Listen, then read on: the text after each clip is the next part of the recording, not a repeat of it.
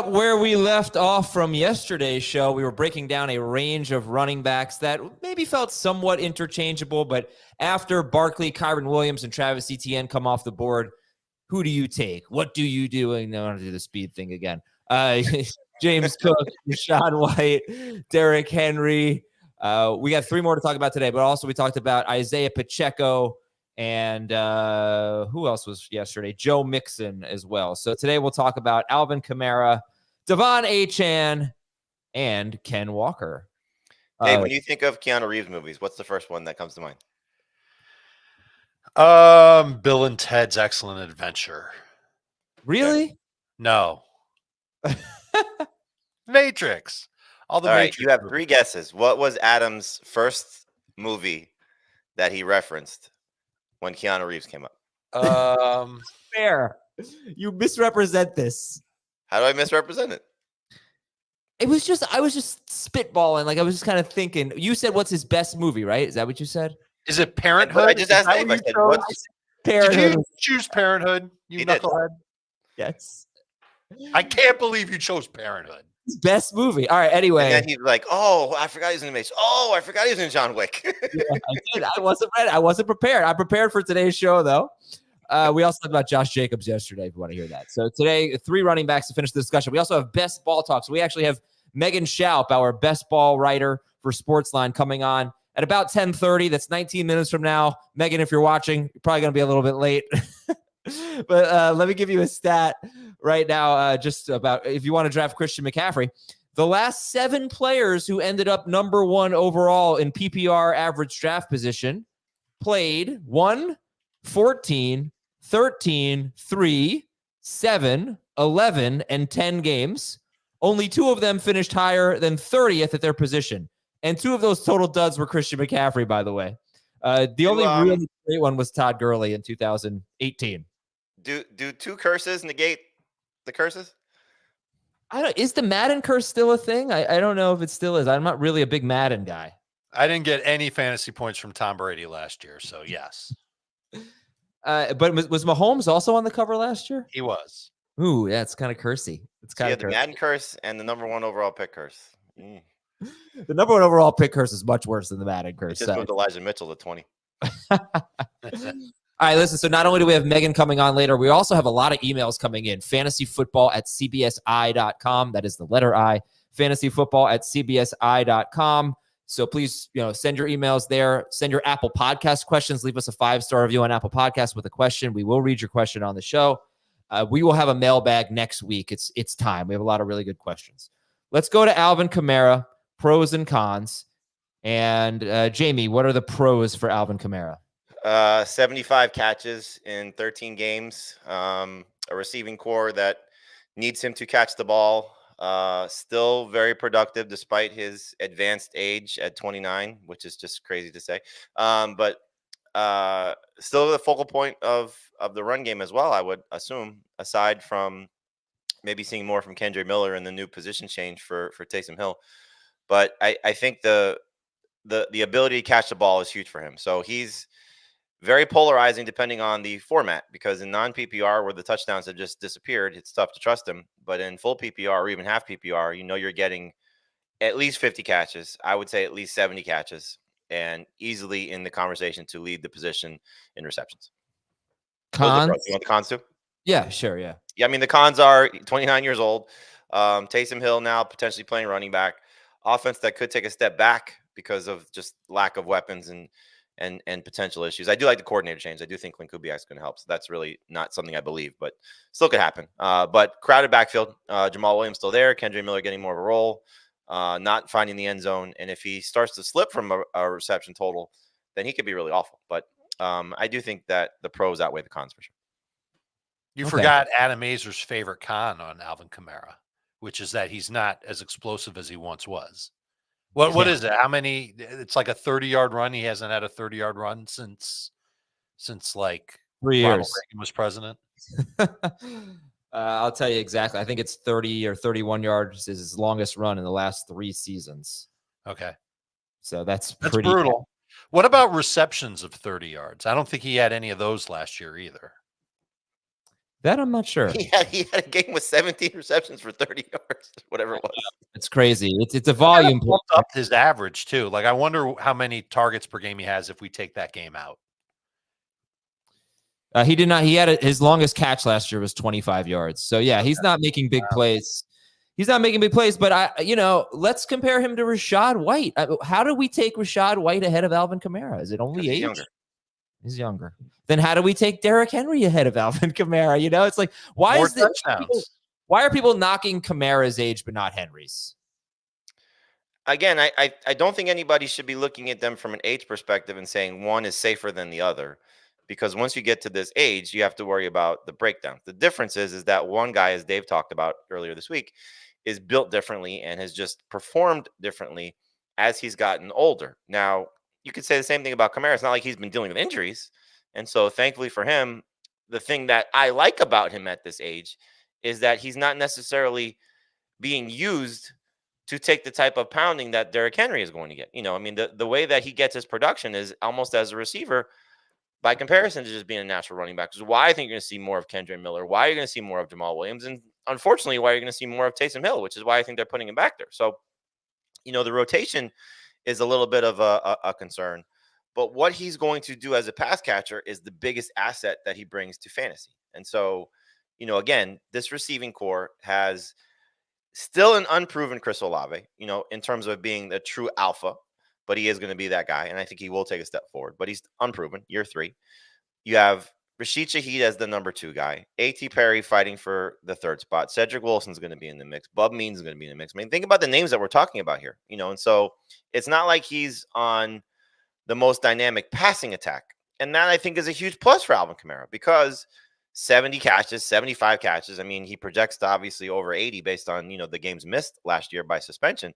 So could he be a 100-catch guy? Wouldn't be that shocking. I don't think it's going to happen, but it could definitely be there for him. So he's got the ability to, again, lead the position in receptions. He was 1 short last year, but again, missed 3 games. Breece Hall beat him by 1, 76 to 75. He's just got the ability to be that special in the passing game, and I think this offense will still cater to that. And last 3 years, no carries longer than 30 yards, but here's where he's finished per game in non-PPR. Let's start with non-PPR last 3 years. RB6, RB19, RB16. Half PPR, Kamara the last 3 years. RB5, RB14, RB8. And full PPR the last 3 years. RB6, RB13, and RB4 per game. So that is in 2 of the last 3 seasons. He has been top 8 per game while being a very inefficient rusher in both half and full PPR. Non-PPR, he hasn't been nearly as good, except for 2021 when he had 9 total touchdowns in 13 games. Dave, if we take a look at the PPR rankings, Kamara is 15th in consensus. He is 13th for Jamie. He is 14th for you, and he is 18th for Heath. And so does he, though, considering he finished 4th or 3rd per game, depending on where you look? I mean, it's very close. I have him at 3rd. I'm at 4th, so whatever it is per game. Does he have the most upside of this group of Cook, White, Pacheco, Jacobs, Mixon, Henry, Kamara, Achane, Walker? Does Kamara have the most upside of those 9 running backs? I think you could say that he's very close to having the most upside. Let's say that he's in the top 3 as far as having the most upside. And it's based on what we've seen from all except 2022. He's had at least 17 PPR points per game every single year since 2017, save for 2022, which was just kind of a disaster of a year for him. And even then, he had 14 PPR points. I almost think we're drafting him with the expectation that that's where he ends up. So he's one of those guys that you're drafting so far away from his ceiling that it's screaming good value in full PPR. In round 2 or round 3 or round 4, where are you comfortable with Kamara? I mean, I'd love to get him in round 4 if I could. Comfortable, though. Would you do it in round 3? Would you take him in round 3? I currently have him as a round 3 pick. So yes, toward the back end of round 3. If I go receiver, I will take him in round 3. If I'm not going to go just heavy receiver based on the build, I would prefer him in round 4. Yeah, let's say you're up in round 3 and there's a lot of receivers that you like. Late round 3. doesn't matter who you took in rounds 1 and 2, unless it's 2 running backs, obviously. But let's say you only have 1 running back, and Kamara is the best runner left. The next best one is like James Conner, just throwing it out there. But there's like 3 or 4 receivers that you're hoping make it back to you. You take Kamara first, and you take whatever's left at wide receiver in round 4. Draft I did last week, I think he went with the second pick of round 5. That was with our listeners. That was one of our only fans. Huge. Yep. All right. That's Kamara. And we're going to take a break. We'll talk about Achane and Ken Walker when we come back on Fantasy Football Today. An unsub. A seasoned one. And he's leaving a calling card. How do we find a ghost? I have a plan.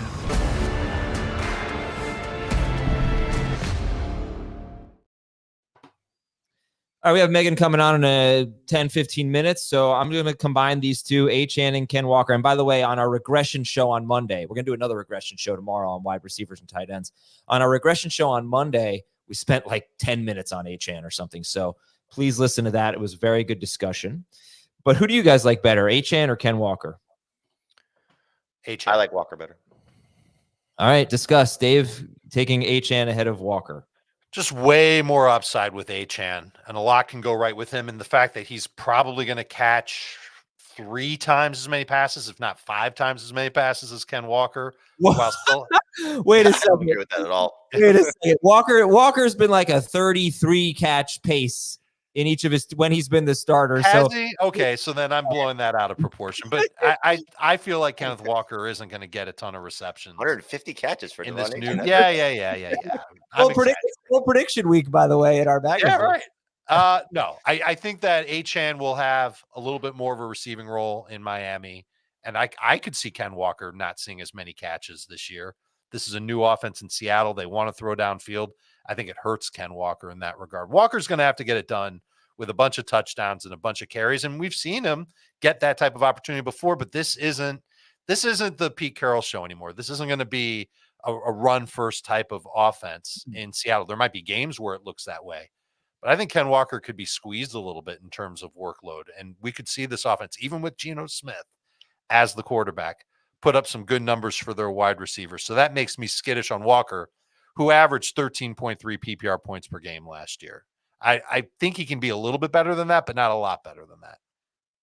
So I agree with almost everything Dave said. And you can except apply, the receptions. Don't agree with that part. Except for that. You can apply the same argument, though, about Walker that Dave just used at the end there to Achane because of the crowded backfield there in Miami. And that's the thing that scares me the most is that, I'm expecting Achane to take a step forward in his role. Or I should say I'm hopeful of Achane taking a step forward in his role. Raheem Mostert has to go away. It's pretty clear how they used these guys last year, and they still trust Mostert. And it's funny because I spoke to Mostert at the Pro Bowl, and you hear people that are defending older players and players coming off of injury, and how we're obviously in a different era than we were in 10 years ago and 15 years ago when we're defining players. And Dave brought this up about how great players age well, and I don't think Mostert's a great player, but he's playing better and more as he's gotten older. His injuries were a problem in his 20s, where he sort of corrected that at 29, 30, and 31. And he talked about his changing his diet and how that helped him. And so I just and this ties into Derrick Henry, ties into Devon Achane, and to Alvin Kamara, in terms of players that are getting older and still able to perform. They're obviously not the same, but for Mostert, this is the best version of him that we've seen. And, he's still one of the faster players in the league, and he's still certainly one of the more productive players. And is Achane going to take that step forward to become the guy that they trust? Because as Heath has brought up time and time again, the Dolphins didn't really trust Devon Achane last year. As they were in important games at the end of the season, he wasn't getting that type of work. And he was really doing a lot of his best production in blowout situations. We go back to that Washington game when when he had the big performance in the second half.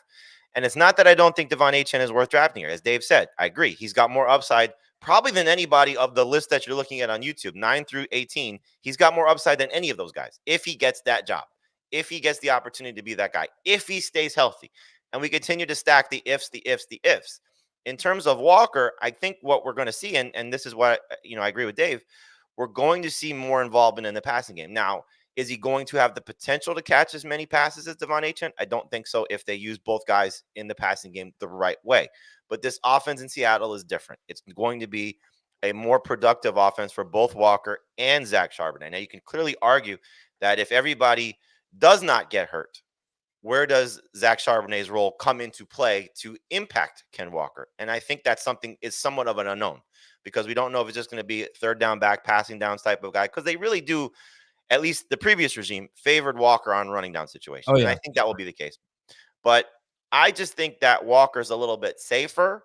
I think he's still going to be the main running back there.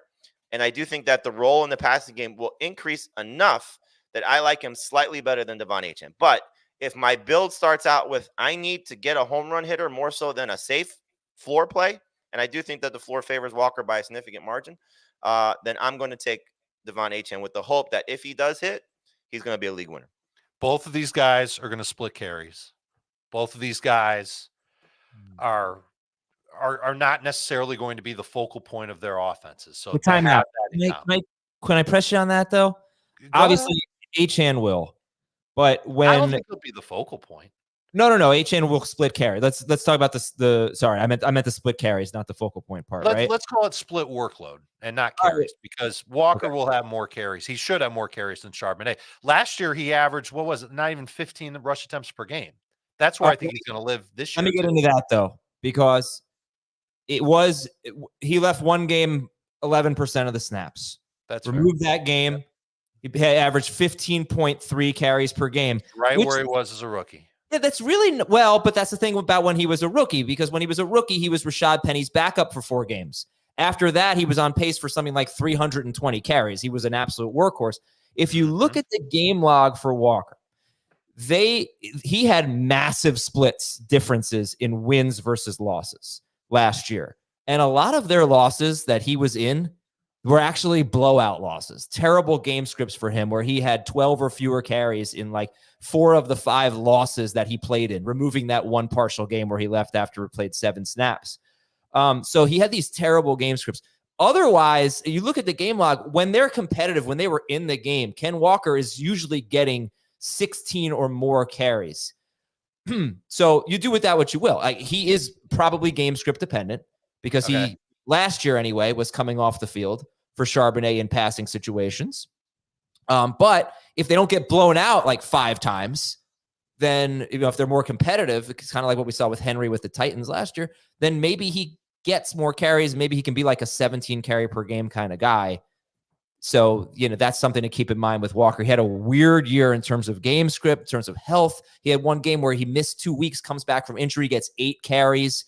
Charbonnet had 9 in that game. That's probably not the norm. So I think you could make a case that he's actually a bigger carry guy than what we've seen.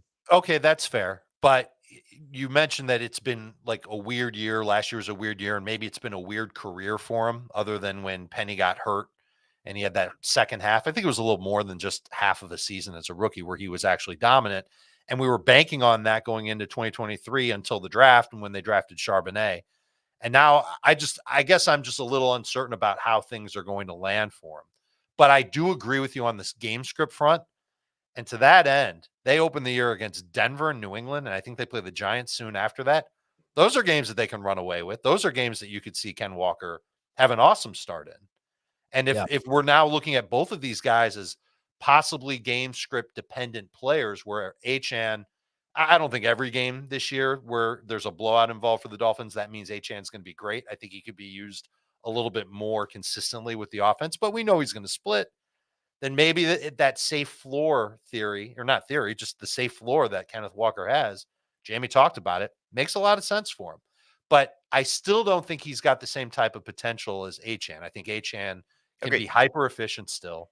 I think he can do more in the passing game. Let's call it, what is it for Walker? It's around 25, 30 catches he's averaged. I think 30 to 35. 30 to 35. No, that might be his targets. His catches aren't going to be as high.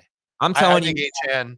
Can I give you? Would it surprise you if Achane, if he stayed healthy, had twice as many catches as Walker this year? If Mostert is healthy, yes, I would be surprised.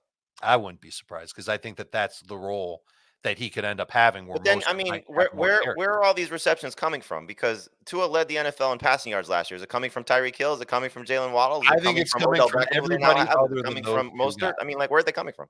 I think it's going to come from those two guys, especially if defenses are just going to guard against the big play, which is how defenses, by and large, are playing in the NFL these days and will continue to play this season. I'm going to take the upside with Achane first and foremost in the draft. I don't mind people taking Ken Walker, but to me, they're very similar in terms of we don't know if they're going to be able to play 17 games. One guy seems to be a little bit more touchdown dependent than the other, and the other one is more hyper efficient than the other, but might be less durable. These are not the running backs that I want to hang my hat on as my first running back. So if I'm drafting 0 RB, I don't know if I want either of these guys to be my first running back. There's no chance you're drafting 0 RB and getting either one of them. Well, if you're doing 0 RB the right way, you're right. You're not. Okay, so I want to finish a little bit here on Walker, and I guess some things that I took away from just kind of breaking down the numbers that made me a little bit more optimistic about him. So you've got a new coaching staff. I don't know if that's going to be a good thing or a bad thing, but Seattle last year had the 5th fewest running back targets in the NFL. So maybe they throw to their running backs a little bit more. I just saw a quick note that they might do that. They want to do that. We'll see. I mean, they've got 3 receivers that they like, so we'll see about that. But that would surprise me. 3 years in a row, this team has been very slow. They were last in plays run last year. They were last in time of possession. It's all changed, though. Exactly. This is a good thing for Ken Walker. Yes. Hopefully everyone, right? More plays, more possession, maybe more up-tempo, hopefully. They had both of their offensive tackles hurt last year at different points. Some at one point it was the same time. So you maybe could get better production from the offensive line. And this is a guy who was on pace for 317 carries and 32 catches once he became the starter as a rookie. My concern is, he is such a boomer bust running back on a per carry basis. 2 years in a row, 21 or more % of his carries have gone for 0 or negative yards. That's been outside the top 40 among running backs with 100 or more carries. So he's been toward the bottom of that list. He's a home run hitter, and he's always looking for the home run, and it's really frustrating. And there are other running backs who are like that. Saquon Barkley comes to mind. But, is Charbonnet Achane might come to mind. Yeah, his numbers weren't quite like. Actually, I don't really know because he didn't have 100 carries, so he didn't hit the filter. But I don't think he had a lot of negative carries because Achane averaged like 7 yards per carry. Walker averaged 4.1. I'll look it up. But Breece Hall, for example, almost 25% of his carries last year were 0 or negative yards. It was much better as a rookie. Anyway, that's Walker's profile. Do they get tired of that, and do they go to Charbonnet? That's kind of what concerns me. Charbonnet was like a very nice, consistent runner. Didn't have a lot of negative carries.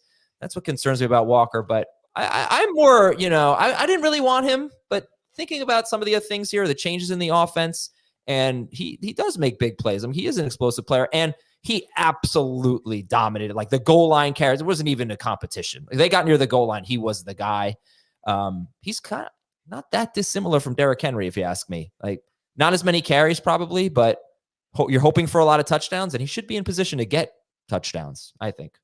I think the thing that you're looking for, again, if you're expecting Mostert to fall off and Achane to have a bigger role, he's worth the round 2 ADP that we're seeing, if that's your expectation. If you're expecting him to just take a bigger step and have the ability to build off what he did last year and stay healthy, then round 3 is probably the safe spot for him. Are you talking about Achane or Walker? Achane. Oh, okay. There's no way you're taking Walker in round 2.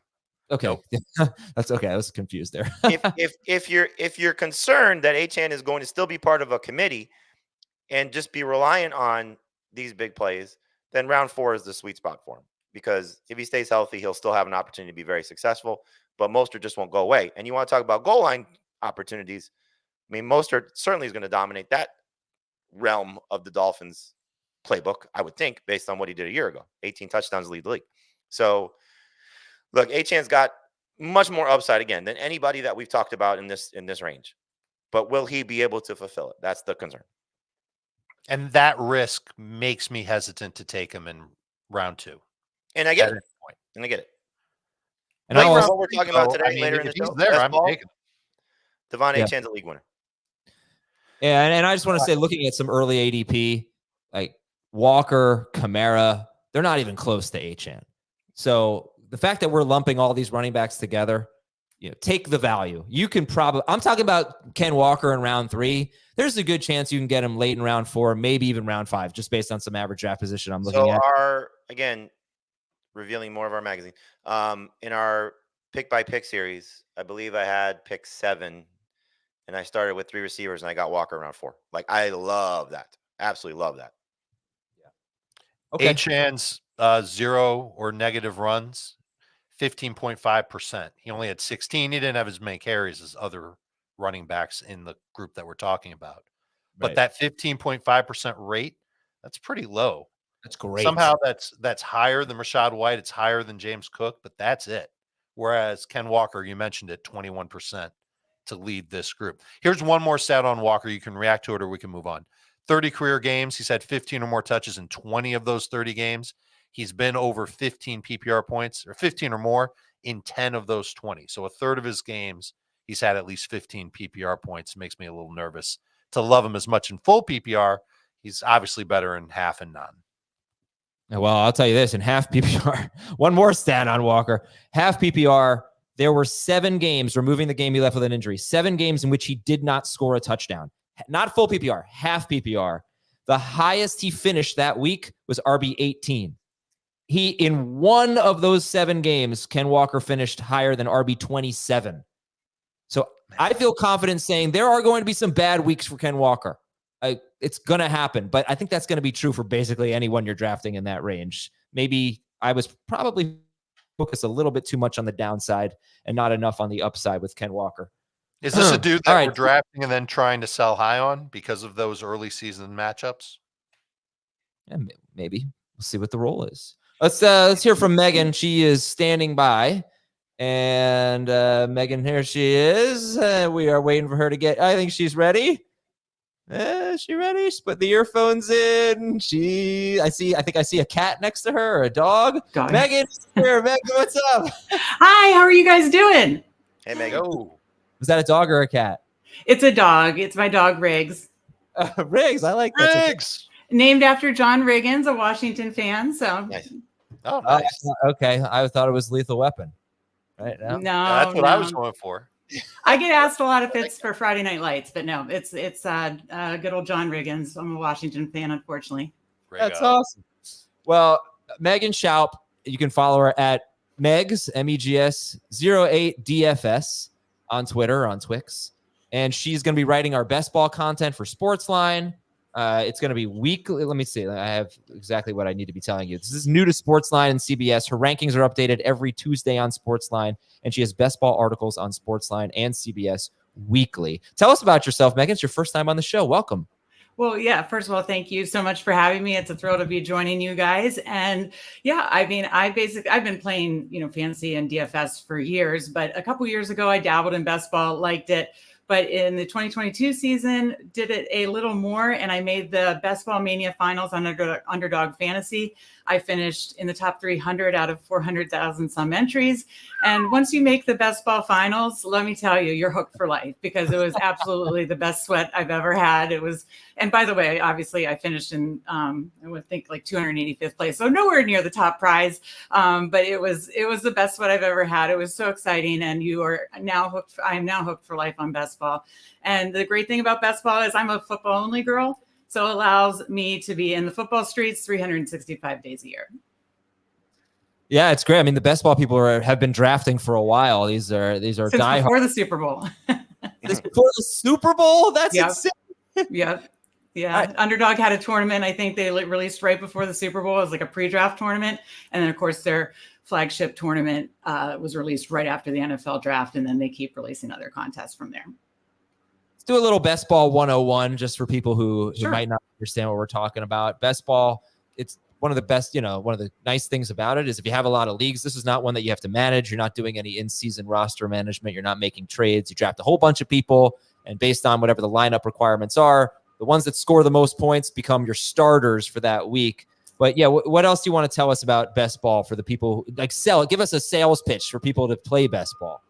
Well, you kind of said part of the sales pitch. It is kind of a set it and forget it. All the strategy is up front. And so that's what makes it really interesting to me is I like that I don't have to, I can have hundreds of contests and hundreds of leagues, and I don't have to manage it because all the strategy is done this summer.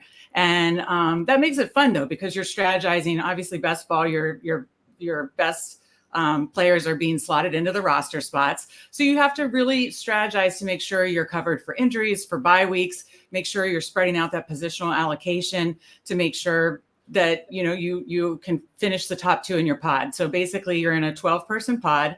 And if you finish, and that's who you draft with, if you finish in the top 2, you move on to the playoffs. And that's what they call advance rate in best ball. So you want to have a good advance rate because then you make the best ball playoffs, which starts week 15. Quarterfinals, week 16, semifinals, week 17, finals. And then you're trying to advance from there. So again, a lot of strategy is to have a good advance rate to make the playoffs. And then there's a lot of, extra strategy to try to can I build a good roster that can sustain and get through the playoff weeks, which can be a real gauntlet. Yeah. Jamie, you want to jump in there? I don't want to hog all the questions here. No, I mean, I think Megan explained it fairly well. I'm just curious to get what her strategy is, because that's the fun part of this, her approach. So I think we know what it is. No, I was asking, I was going to see if you wanted a question that was different than Best Ball 101. But yeah, let's talk about strategy, right? And you even mentioned the playoffs, which I think is something that you have to plan for when you draft, right? Very much so. Yes. So that's a big part of what I look at when I'm drafting is which teams' playoff schedules I like, which teams' playoff schedules might mesh well together. Again, one of the biggest strategies in best ball, this is Best Ball 101, is you'll hear people talk about stacking, team stacking. That helps for regular season advance rates, and that helps for then in playoffs. If you are correlating a team and making a bet on a team that team does well and outperforms their ADP, or just it has a very good season and of course playoff weeks, then you're going to have success. Obviously, last year you wanted to bet on teams like higher price teams like San Francisco, mid-price teams like Dallas and Miami, and then of course lower price teams last year like Green Bay and Houston. If you did that, you probably had a pretty successful best ball season last year. And so you really want to stack up and make those correlated bets. But there's a lot of other strategy that I try to focus on. Again, as I'm going through a draft, you can work the different strategies that you guys are talking about each week, like zero RB or hero RB, or do I want to grab an elite quarterback? I particularly like a late round tight end build, so it allows me to get the other positions filled strong. One thing with best ball is they say you can draft early or often, but not both. So it's kind of like quality or quantity, not both in different positions. So you're not going to draft like 3 early running backs and then draft 8 of them. So it's those kind of nuanced strategies to be for people who don't know the underdog format. It's 18 rounds. So you want to split up your positional allocation between quarterback, running back, receiver, and tight end for 18, player positions that are getting slotted into a quarterback, 2 running backs, 3 wide receivers, a tight end, and a flex each week. So my personal preference, I like to build, and this is actually against the norm. A lot of people like 2 quarterback teams. I made my finals because I had a 3 quarterback team, because it was the year Dak Prescott got injured and was out the first 6 weeks. So my favorite type of build is 3 quarterbacks, 5 running backs, 7 receivers, 3 tight ends. And that leans into hitting the quarterbacks in the mid to late rounds, which I like a lot of these quarterbacks here. And we can probably talk about that, and hitting the late round tight ends, and then kind of making a stable, very solid running backs and receivers. So what are some of your favorite stacks this year? Hold on. Let me get in a break here, and we'll talk about favorite stacks when we come back from this break. Don't tell me what to do. Talking, you're telling Megan what to do. I mean, I thought that was pretty rude. All right, we'll be right back on Fantasy Football Today. Ladies, be shaking.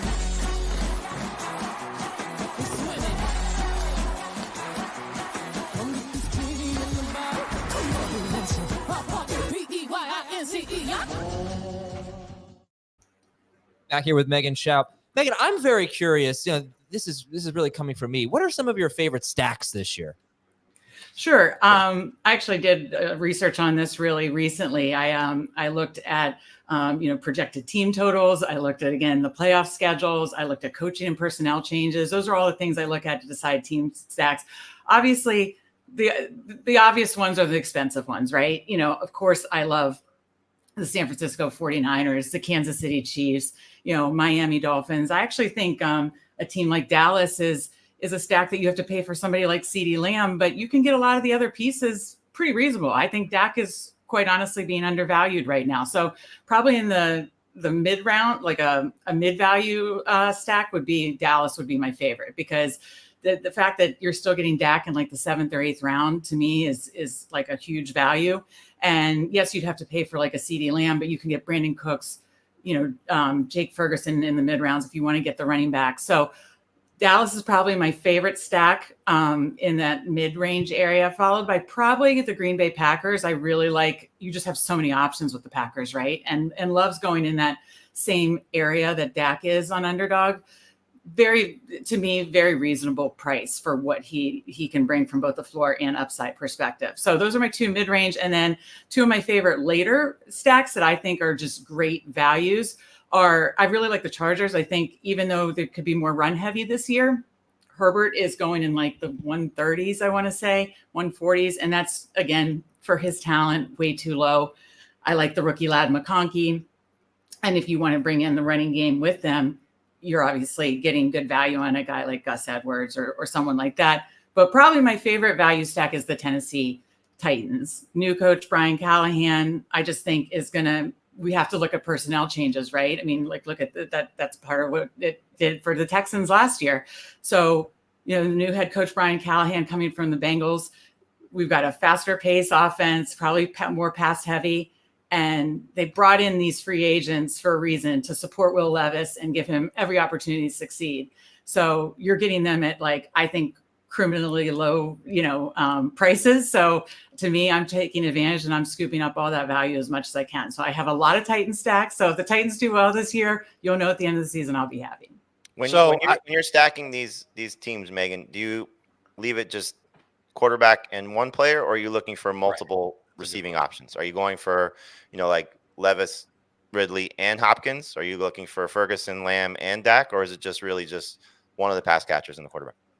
That's a great question. It really can be any of those options. It's not like I have a set rule. My favorite is probably 4 total players from a team, but getting them at different positions, because too often if you had to, like, especially obviously some of the top tier teams, you'd have to pay a very high price for both Eagles receivers or both Dolphins receivers, something like that. I like to, if a team, allows for it, like the Titans, take an example. You can get then different price points.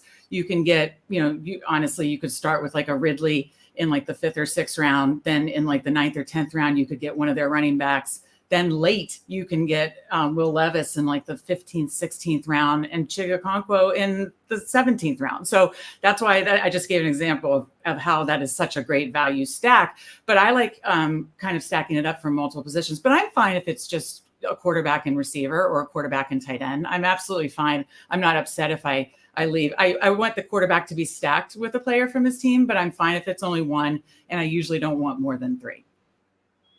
With the quarterback. Sure.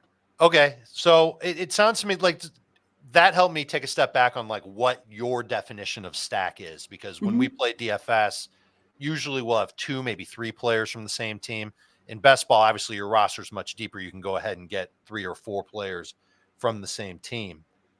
It sounds like each team has its own definition of like where you go to get these players. You mentioned it with Philadelphia. Cost is too high to get so many players from that team. Do you ever consider getting multiple stacks? Maybe you can get players from the Titans because Ridley will cost you. He'll be the most expensive one, and he's around 5 or 6 pick, I think you said. But do you pair that with another team where you can stack, like say the Vikings, for example, where you're getting Justin Jefferson in round 1 and Jordan Addison is in like round 6. I don't know what his ADP is, but something like that where maybe you focus on 2 teams and you stack them both. Is that part of a strategy? Well, again, since I like drafting 3 quarterbacks, I'm definitely stacking all 3 quarterbacks. So I'm at least having essentially 3 teams stacked. And that's another reason like having the 3 quarterbacks is not just does it protect for injuries and bye weeks and those kind of things, but it gives 3 stacks to kind of who's that best stack week to week and who's that best stack once I get to playoffs. If I advance that team to playoffs, I have 3 options of that team potentially going off in week 15, 16, 17. So I'm at least going to have 3 team stacks with the quarterback, but I also like to just team correlate. So, they'll talk about kind of like more advanced best ball, like galaxy brain best balls, they like to say, is really thinking through some of those playoff matchups. And do I want to run back a Baltimore stack with a Houston Texans stack because they play week 17? Or San Francisco Lions, could be a big shootout for week 17. People are best ball players are looking to stack up week 17 like that. You can look to just try to advance. Okay, there's some correlation here with the Lions and who they play on week 15 or 16. I want to bring back a couple players from those teams. Again, I'm not hyper focused on, I do like to try to incorporate some, especially week 17 correlation. I don't hyper focus on that. I just think focus on team correlation. I get my 3 stacks. And then if I see value to stack up other teams that are good teams, right? I don't want to stack up teams that I don't feel are going to outperform their ADP. Then I'm looking to stack up other teams, even without the quarterback. And I tell people that you'll hear people say, oh, I got sniped on the quarterback, and they get frustrated. Well, the guy that won the Best Ball Mania last year got sniped, I think 3 times. No big deal. He had 2 or 3 other, like, kind of, they call them mini stacks of, like, I think he had Laporta and Amon-Ra St. Brown, and he had, Najee and somebody else, so it's fine to get a couple players from other teams, even without the quarterback. I hope that answered the question. Okay.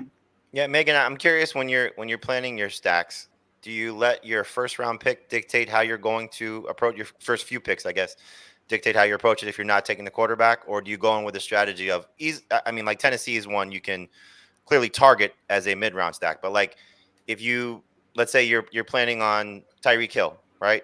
Mm-hmm. Depending on what draft slot you have, but someone takes Jefferson, someone takes Tyreek before your pick, or I guess you understand my point. Do you let your draft slot or your first round pick dictate the stacks you're going to build, or do you sort of let it unfold naturally?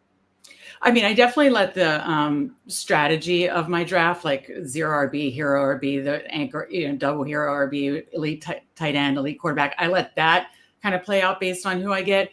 But yes, to answer your question, I do kind of let those first 3 rounds dictate what teams I'm most likely targeting. So if I do get Hill in that case, I'm probably already queuing up Tua to look to see where he goes. And same thing, say then I do get Ridley in the 5th or 6th round, then I'm probably queuing up Will Levis to watch where he goes. So I definitely those first 5 rounds, I'd say the receivers. And if I did do an elite tight end, I let that dictate. You can also backstack quarterbacks as well, sure, obviously. So in the case of Lamar right now, Lamar Jackson and Mark Andrews are kind of going right at that 4-5 turn. So, you can say, okay, well, I think I'm in the right kind of sweet spot here to grab Lamar at the end of the 4th round and then grab Andrews in the 5th round. And there's certainly other quarterbacks that you can easily backstack, where Jordan Love is a perfect example, right? You get Jordan Love and he has a plethora of weapons that you can get after you draft him. So I love that, because that's just taking what we talk about in redraft all the time, which is you should know all the strategies, but you shouldn't necessarily commit to one because you have to see how the draft unfolds. Exactly. So it's good to see that's how it works in best ball as well. I'm curious how many drafts you've been in where you end up taking players and you say, okay, I'm going to stack these guys. And then you get sniped on those quarterbacks, and maybe you end up with 0 stacks or only 1 stack on your team. Is that a death knell for your team? Does that mean that you're not going to be able to compete? What does it mean, or how do you counteract that when you realize that you're not going to be able to stack your team the way that you would once you figure out which players you get with those early round picks? Well, I'd say with the early round picks, if you're getting sniped, so in the instance of Tua with Tyreek Hill, let's say I've queued up Tua and he gets sniped. Right. Well, then I'm looking, your mind's constantly working, and obviously you can do fast or slow drafts. So I used to only like fast drafts. I've gotten into the slow drafts because it lets you certainly pivot a lot better when you do get sniped, right? Okay. But so say Tua gets taken. Well, I've probably taken a couple other receivers in between there.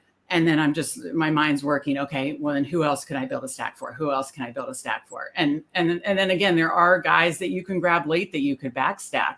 And I'm talking even later. I mean, if I had to just get Will Levis and Chigakonkwo, okay, that's fine. Or maybe I don't have Garrett Wilson or Mike Williams, but I grab okay, well, I got sniped on my course. I'm going to grab Aaron Rodgers and I'm going to take Corley and Conklin, something along those lines. I'm just giving random examples, but I really am trying to leave each draft with all my quarterbacks stacked.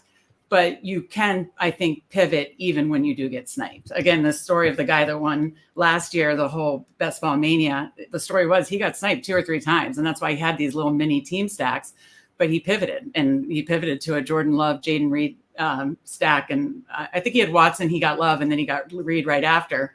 And a Jordan Love Reed on Sunday night won him $3 million. Adam's new favorite stack is Drew Lock and Daniel Bellinger. So he's like a late round stack. That's quite a back stack. Yeah, that's a late stack. Exactly. See, there's always options late in the draft. Exactly. Yeah, there you go. Megan, I'm going to take a gamble here. I'm going to ask you a question that you know what? Probably shouldn't be asking. This is not great hosting because I know you're not a big redraft player, right? You're mostly just best ball. Correct. But maybe you can philosophically, like, obviously you know what you're doing, and all these best ball people, these pros, you talked about, they stack all the time and they plan for week 17 in advance. They're looking at playoff schedule. Is there a reason why you should be doing, again, if you can't answer this, I'm sorry, you can just say, Adam, that was a stupid question. People say that to me on the show all the time. But is there a reason why you should be doing that in best ball, but we don't really do that in redraft leagues? Right. Should we be looking more at stacks and weekend playoff matchups in redraft leagues, you think? Well, because I don't play redraft, I don't really know. The reason it means so much in best ball is because you'll hear people say that's where all the money is week 17. And that's true. When you advance in the playoffs, you're essentially getting your money back in that contest, that you entered. So maybe you make a slight profit, but to keep advancing in the playoffs is where you really start to see your ROI. And of course, if you make a finals team, you really start to see your ROI. And then of course, if you succeed and do very well in week 17, that's where you can make big money. So that's why people focus on week 17. And that's why people are actually even waiting even week 15 and 16 more as well. We're looking at teams' whole playoff picture. Like right now, I've been looking at teams and I've made charts for the dome or weather environment, the look ahead totals for weeks 15 through 17, who has a good picture in general, or who, like the Dolphins, have a great week 15, 16 situation, but could be paired with a team that has a great week 17 situation. Stuff like that are the things that best ball players have to focus on, because that's truly where all the money is weeks 15 through 17. That's not the case in redraft as much. Well, I mean, it is to a degree in redraft, because yes, that's where the championships are won and lost. I maybe I'm wrong on this one too, because I'm a newbie when it comes to best ball. I never really gravitated toward it until recently, but I feel like the huge difference between redraft and best ball is you can make changes all year long in redraft. You can't do it in best ball. And so when you draft in best ball, you're drafting with upside, best case scenario in mind. Your team is trash if your quarterbacks get hurt, or if you take Tyreek Hill in round 1 and he stinks or he gets hurt and you don't have a good option to fill those spots week after week, you're not going to win anyway. So you might as well draft with the idea being everything's going to go perfect. These are the stacks I like. These are the players that I love. And I'm hoping that they all hit. That's kind of what has to happen, because there's only one person that wins a big prize. Correct me if I'm wrong, Megan, in these best ball tournaments. Sure. Yeah. Yes, that is true. But in the case of Underdog Fantasy, which again is my favorite place to play best ball, they have made their payout structures a lot flatter for the finals. So if you make the finals, you can make, again, significant profit and significant money in it just making the finals. So again, that's why I'm trying to look at playoff pictures as a whole. Yes, to your point, a lot of people in the best ball community will say draft like you're right. And I get that. Again, I saw a situation for myself that I had a team where the quarterback goes down week 1, out 6 weeks. You think that seems trash. Well, it's not, because I drafted 3 quarterbacks and that helped sustain. So I kind of think sometimes, and this is against the norm of other best ball players, that my cynical nature kind of helps me build balanced teams to protect for those things when things go sideways in a season, and they will, and they do. So, I do get draft like you're right, but I also do think you should be drafting. Again, I don't do really hyper fragile at any position, because I know that the chaos of an NFL season, and I know that you have to protect for the injuries or the guys that get benched or all those crazy things. And so I do like to keep that in mind when I'm drafting as well. Yeah, there's no question that in redraft, we're always looking at those playoff matchups once we Sure. get to that midpoint of the redraft season. And we know if our team is a contender or a pretender. If our team's a pretender and just hanging on, we're not really thinking about week 17. But if our team starts off 6-0, we can start building and putting players on our roster that could help pay off for us in week 17. You can't do that in best ball except when you draft. And that's why they go about making those decisions on week 17 then. Right. You said it perfectly because yes, you all the money is in the late in weeks, 17 for you guys as well. It's just you can make pivots during the season. Best ball players can't. We have to do all the strategy has to be in that draft. Whether you're fast or slow, you have to be making all your strategy and thinking through how the entire season and playoffs can play out in that particular draft. Mm-hmm. Okay, let's finish off with some of your favorite values right now based on some early ADP, which you can see on Fantasy Pros. Megan focuses on the underdog ADP, but who are some players that you highlight as good values? I mean, I mentioned one earlier. I absolutely think Dak is criminally low still. I have him ranked much higher than his ADP. I'm not sure exactly where I have him right now, but in the 70s, and he's going, I think, late 80s or early 90s. And I see 92. Drafts. Yeah. So I have him ranked in the 70s. I just think he had the most touchdowns last season. He was, I believe, quarterback 3 on the season in half-point PPR. And they're going to be pass heavy again. They did not address the running back position besides bringing Zeke back. So they were very, very, very pass heavy the kind of back after their bye week last year. And I don't see that changing. So, one of my favorite bets last year, I used to love like in the betting market. Well, I'm going to try Dak 4 touchdowns and 300 or Dak 303 and do like just a simple parlay like that. And that won quite a bit because they just had a very high pass volume. And again, this was the guy that led the league in touchdowns passes. So I'm going right back to the well on Dak. He's my favorite like quarterback value. But I have a lot of other values kind of throughout the draft. Another favorite one I just wrote about on CBS yesterday was Calvin Ridley, part of that Titans stack. I mean, Hopkins is a great value too, but Ridley's coming over again in that Brian Callahan offense. Kind of rumors that he could be used in that chase role. I really don't think he was used effectively in Jacksonville. A lot of his passes were down the field along the boundary. I think they'll use him more in the middle of the field, give him some more opportunities to get the ball in space and be more of a weapon. And, he still had, I think, over 1,000 yards and 8 touchdowns. And if you had Ridley last year, he probably could have had 10 or 11 because he was out by an inch on several times. So Ridley is one of my favorite values that I really, really am drafting probably earlier, and I'm ahead of the market on him. And, late round there, I have a few values late round that I think are just going too low. Ty Chandler from the Vikings is one of my favorite running back late round guys to target. Just feel like with Aaron Jones, I just feel like he showed like an explosiveness last season to really be a big part of this offense. And then Roman Wilson, the Steelers rookie, I think is going to slot right into that Deontay Johnson role in Pittsburgh. So those are two of my favorite like later round values. And I have one more total sleeper that I've again written about on CBS. Again, you can find all my articles on CBS and Sportsline. But rookie Jatavion Sanders, you can take in the 17th, 18th round. Similar to Sam Laporta. I'm not saying Sam Laporta season here. I'm saying he has the situation where he can step right into that tight end 1 role for the Panthers. Nobody's scared of Ian Thomas and Tommy Tremble beating him out. I think this is an athletic guy from Texas that can come in and be a red zone target for Bryce Young. So I like him as a total sleeper, like last end of the round, end of the draft type value. Nobody's trembling. Right? Yeah. And there he is, folks. I had it. Come on. Where's my... There it is. Megan, thank you very much for coming on. It's been a pleasure, guys. Thank you for having me. This was an A+ guest. That was some terrific information. I still have questions. I have questions too, but you know what, Dave? You're just going to have to go to Sportsline and read about it, okay?